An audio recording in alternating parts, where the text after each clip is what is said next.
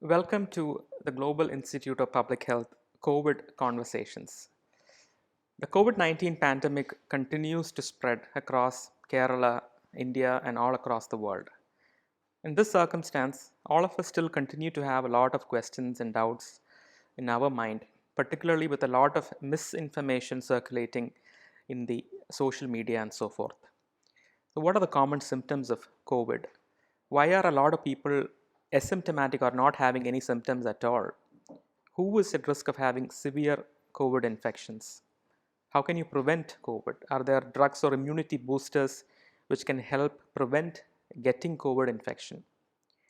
Equally important are the problems faced by patients other than COVID, as in the non COVID patients. All of us are scared about COVID and unwilling to go to the hospital. And because of that, your disease condition is getting worse, and they end up coming to the hospital in a very serious situation, not in a position to save them sometimes. So, who should go to the hospital in this circumstance? So, in order to clarify all these questions and doubt, we have with us Dr. Bobby Moses. Dr. Bobby Moses is a senior consultant and diabetologist at the Anantapuri Hospitals. Welcome, Dr. Bobby. Thank you. Um, let's start with the common symptoms of COVID. What are they? And is there a way to differentiate COVID from the other common cold or the flu or even the dengue and the other fevers which are currently present in the tropical fever scenario? Okay. And also, why are a lot of patients asymptomatic? Okay. COVID-19 disease is actually caused by a virus, a SARS-CoV-2 virus. So the clinical symptoms may not be much different from the other viral illnesses like a flu or even dengue or things like that. There are some markers to say that it could be a COVID. So if you have had a contact with a person with a COVID disease, or you have traveled to a place where the COVID is more, there is a social spread of COVID, and there is a very high risk that you are susceptible to get COVID infection. Then if we have high fever, cough, sore throat, severe body pain, sometimes even joint pains, then you should suspect of having COVID disease. Also, there are some unusual signs, unusual symptoms that patients with COVID disease have been seen to have, like loss of, sudden loss of taste, it is sudden loss of taste and smell, which is not related to any local pathology in the nose, like a nose block or anything like that. Then they can have some gastrointestinal disturbances like severe stomach pain, loose stools, nausea and vomiting, and sometimes even symptoms like an appendicitis. So these are some of the unusual symptoms that we have seen with COVID disease. And there are instances where patients are presented with stroke, myocarditis, affecting the muscles of the heart, and even like almost like a heart attack. So they are very rare, but still those kind of presentations. Also neurological presentations like something like meningoencephalitis, and even altered behavioral problems have been noted with COVID disease. Those are the uncommon presentations. So, a large majority of patients do not have symptoms at all. Is there a reason why that is? Yes, a large majority of patients, especially in India, we have seen that in the community spread, a large majority have been asymptomatic. One of the reasons could be a possibility of cross immunity in our setting where we are exposed to so many other viruses too. Another reason could be a small viral load, so that the infection is not very severe. So these are possibly the two most common reasons why there are a lot of asymptomatic patients. But by and large, I think many viral illnesses also have a large proportion of asymptomatic people. So like that, even in SARS-CoV-2, even in these people also, there is a large percentage of asymptomatic people. But the problem with asymptomatic carriers is because we don't know that they have the virus, they continue to be infective and they continue to spread to other people. Okay. So although a good number are asymptomatic, there is a Yes, small almost 40, fraction of yes, around 40%. Yes, is asymptomatic. There is a small proportion of people on the other end yes, who have a very severe illness to the extent of getting admitted into the ICU and yes, requiring ventilators. yeah. So who are these people who are at a higher risk of getting a severe COVID infection? So right now we have categorized them into three groups, A, B, and C. So A is mild or very mild symptoms or mild pneumonia.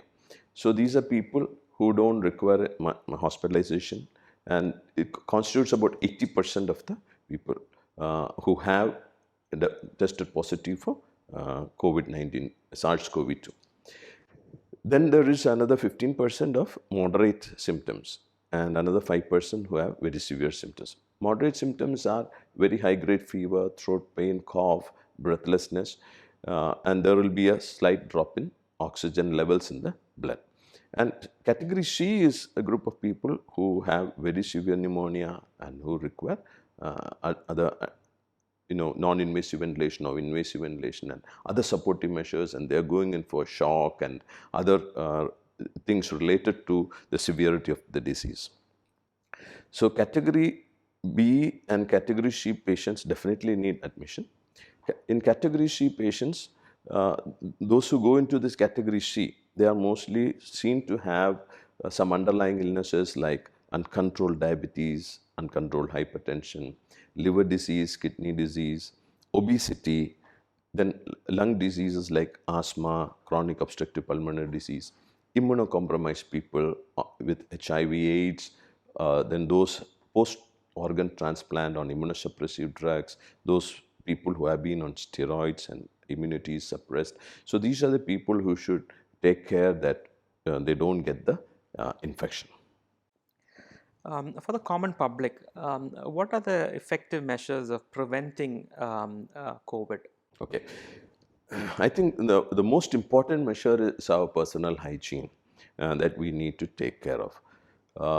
What CDC and our government has suggested is, first is whenever you go out, wear a face mask.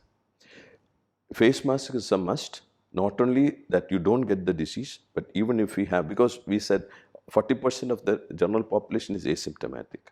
So even if you have the disease, you may not know it, or not the disease, even if you have the virus, you may not know it.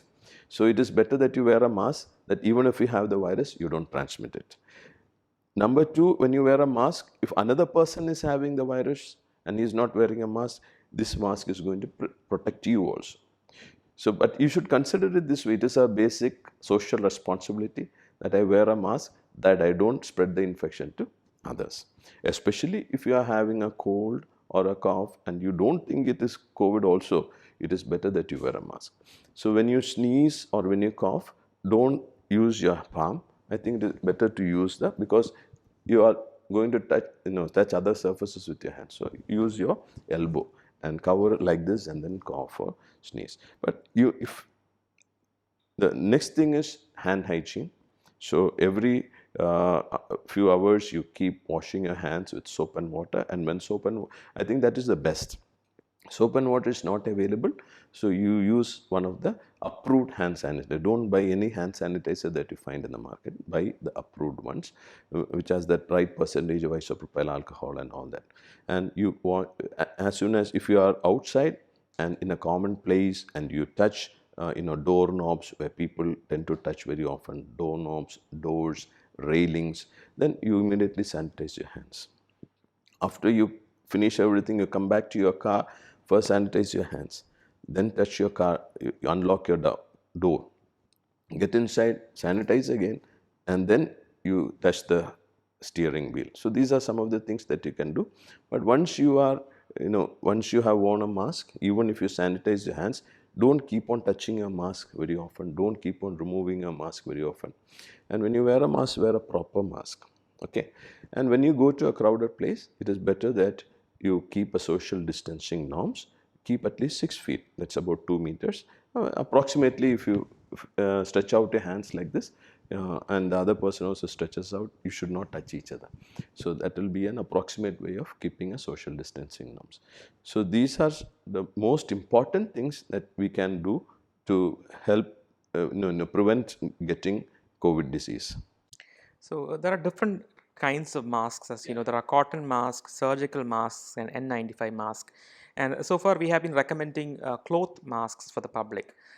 So is that good enough? Is it protective? Do they need to be using any other masks?